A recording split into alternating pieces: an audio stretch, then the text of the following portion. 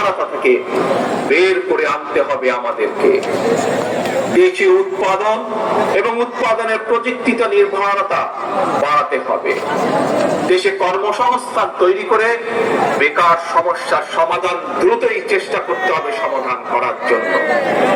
Garments, শ্রম, ঔষধ, outsourcing সহ সম্ভাবনাময় খাতগুলোকে নিয়ে রপ্তানির বাজারের আওতা আমাদেরকে যে কোনো মূল্যে বাড়াতে হবে।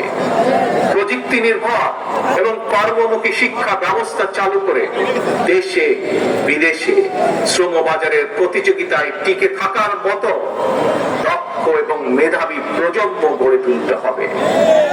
স্বাস্থ্য সবার জন্য সুবিচার নিশ্চিত করতে আইনের শাসন নিশ্চিত করা অবশ্যই প্রয়োজন এবং নিশ্চিত করা হবে। প্রিয় ভাই বোনেরা, দেশে কিংবা প্রবাসে এমন অনেক বাংলাদেশী রয়েছেন যারা জ্ঞানে বিজ্ঞানে অভিজ্ঞতায় সমৃদ্ধ। প্রচলিত রাজনৈতিক ব্যবস্থায়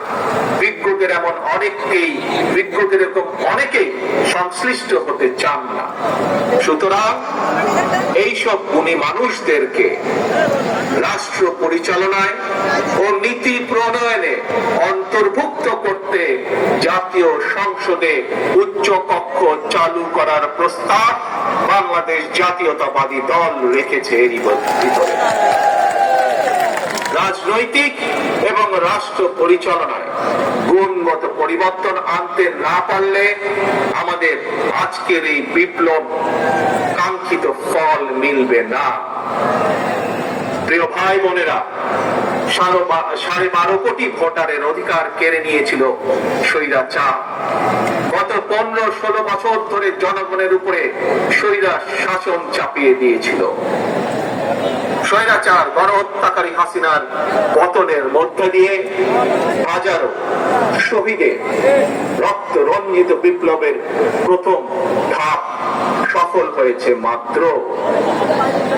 ছাত্র জনতার এই রক্ত ঝরা বিপ্লবের চূড়ান্ত লক্ষ্য একটি বৈষম্যহীন গণতান্ত্রিক বাংলাদেশ।